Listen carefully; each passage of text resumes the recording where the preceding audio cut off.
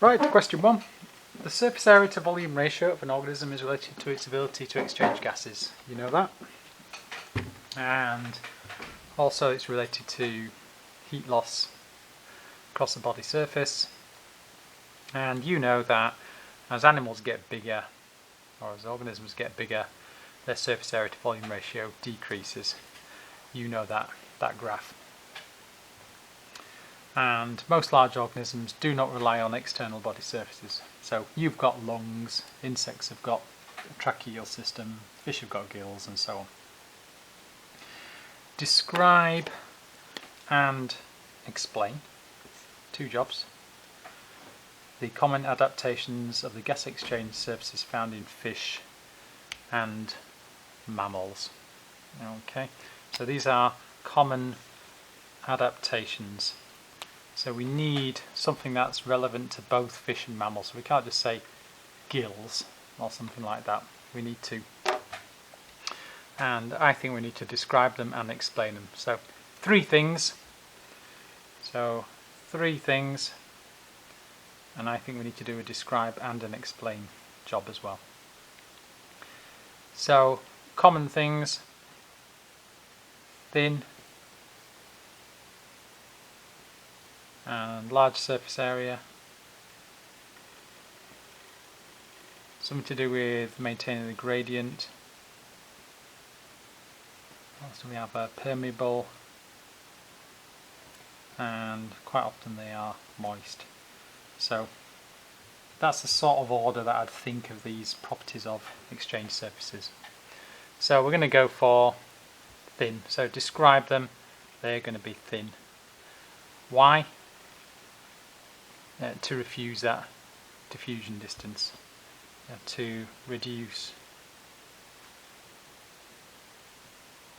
diffusion distance. So we've described it and we have explained it. That also allows gases to get through as well. It makes it more permeable if it's thin. And let's go for maintaining the gradient. So mammals and fish, they've both got a good blood supply or capillary network to maintain a gradient. We'll go for that.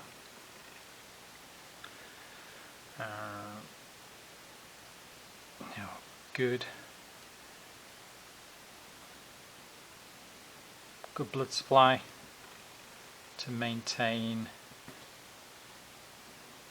diffusion gradient. And let's pick another one, a large surface.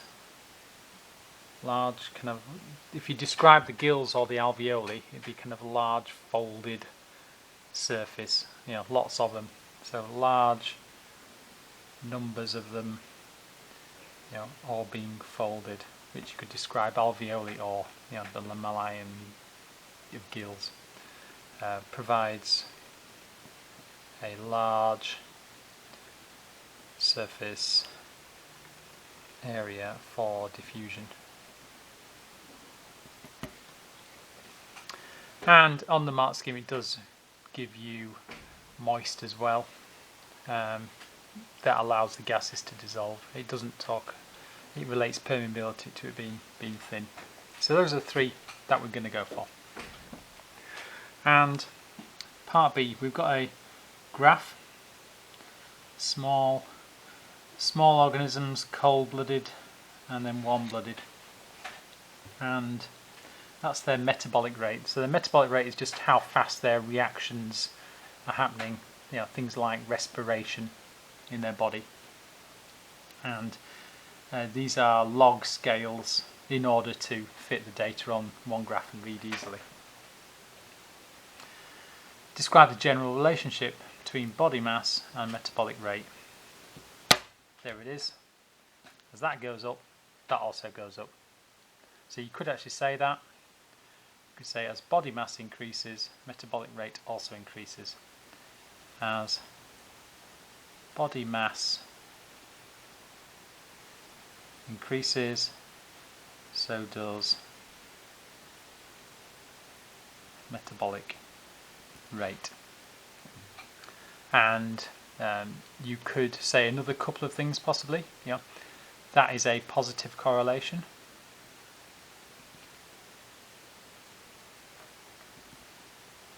And actually it's sort of a straight line on this graph, so it's directly proportional.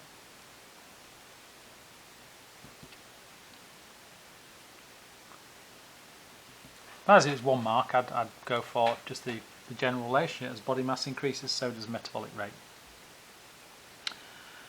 And in part 2, the fish temperature varies with the temperature of the environment, and why warm-blooded animals have a constant body temperature, and why do they have a higher metabolic rate. So why do warm-blooded animals have a higher metabolic rate? Right, well, they use those chemical reactions to generate heat to maintain the body temperature. So that's definitely one of the answers that you're going to give. And then the other one could be saying why that's needed, or what's that useful for. So the most common point that you're probably going to get is the energy from metabolism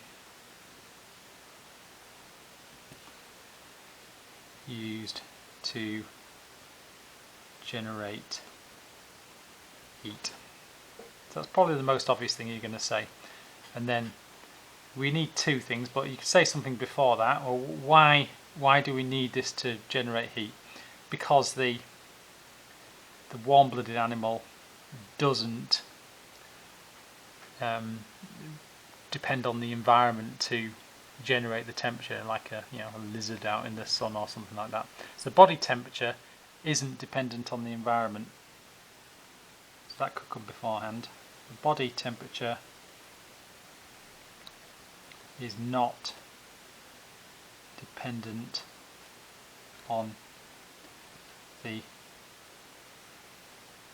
environment. Quite difficult to say, but probably more likely, why have they got a constant body temperature? What are the sort of advantages of that?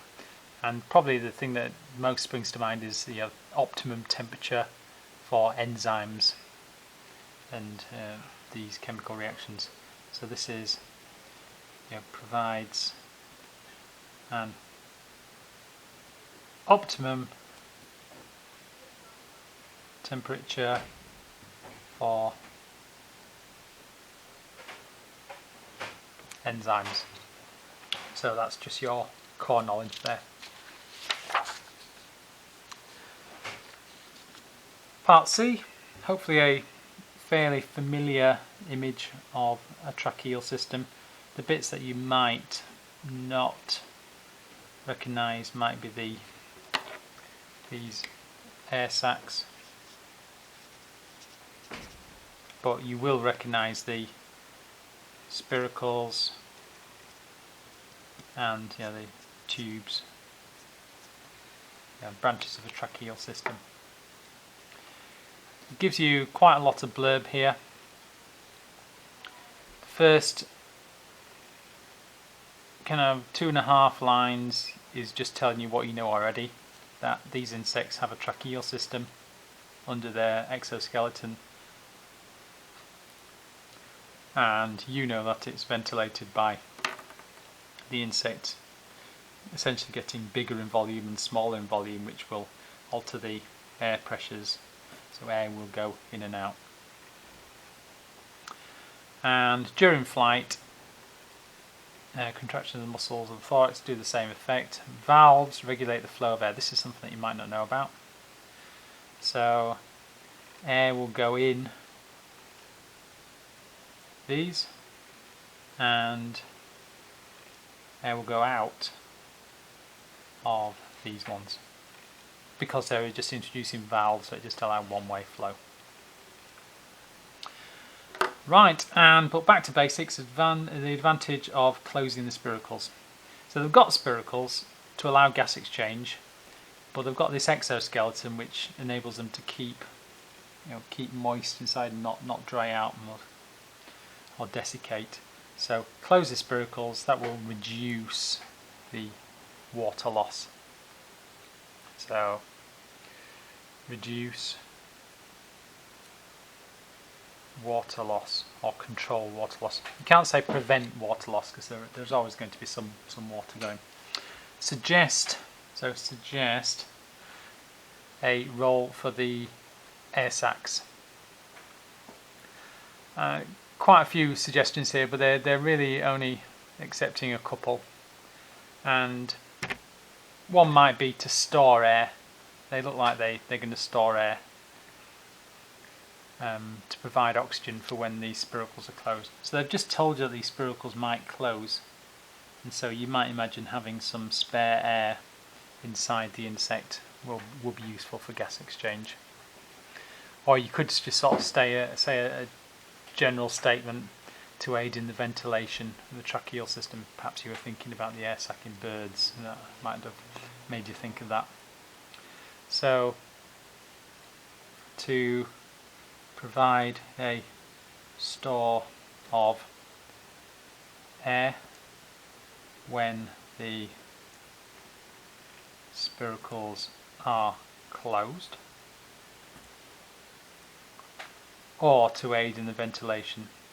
So that'll get you one. You only need one, or to aid in ventilation. Explain the advantage to the insect of having a ventilation system. This should be straightforward. Why do the insect, the fish, anything, why does it ventilate? The definition for the ventilation is to move the respiratory medium over the gas exchange surface. But why is that helping? And that will bring in high oxygen air and get rid of low oxygen air, or air with carbon dioxide in. So maintain concentration gradient, or you could say to move in air with oxygen in and to get rid of high CO2 air. That goes back to your things that you're thinking about with a gas exchange system. Part D. The trachea are lined with chitin, you know that.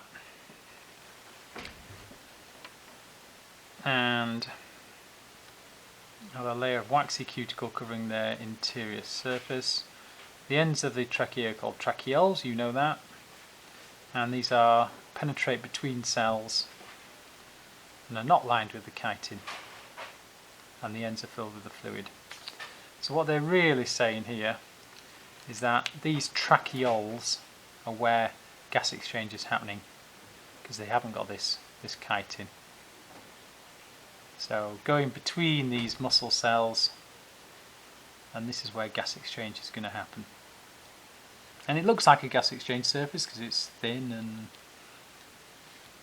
and so on. And there's lots of them.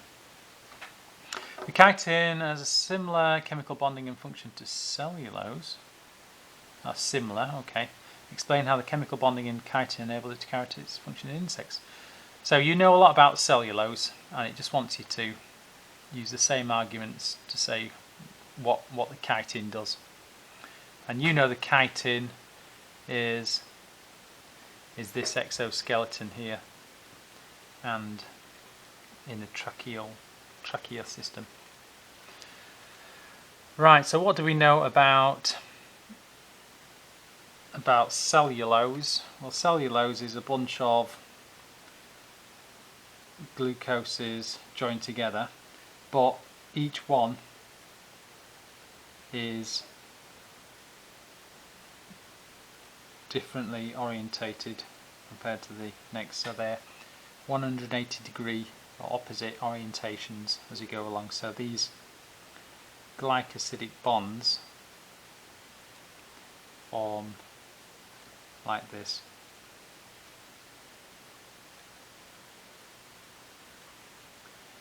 And so these form long chains with no branches, long straight chains, and you get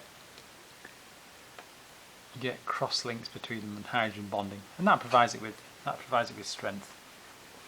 And so that's what you need to That's what you need to put down.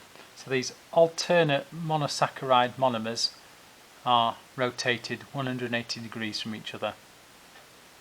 So alternate monosaccharide units are rotated 180 degrees.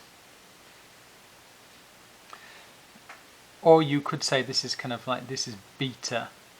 These are beta monomers rather than alpha. So beta monomers based on beta glucose. Why does that help? Because we're going to get our cross links and hydrogen bonds between these long straight chains. So bonding or cross links between chains.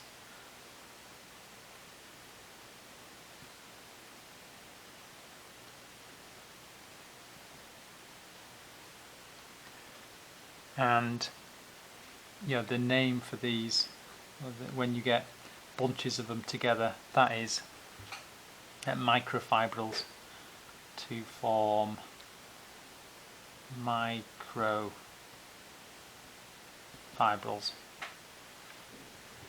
And then what's the overall function? What's the point in this? Well, cellulose helps plants with their structure and stand up. Well, it's the same thing here. It's the structure, skeleton, exoskeleton. It's a skeleton on the outside. It's the structure of these trachea. So provides strength.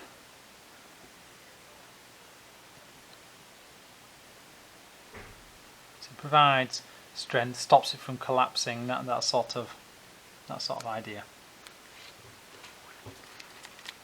But you needed to have revised your core and your structure of cellulose to really know that. And the last 3 marks, identify organelles X. Let's have a look. Organelles X. Ah yes, organelles X. Those are mitochondria. And I think everyone managed that. So you get a mark for saying mitochondria. Mitochondrion, that's 1, plural is mitochondria, mark either way. And why are they found close to the tracheoles?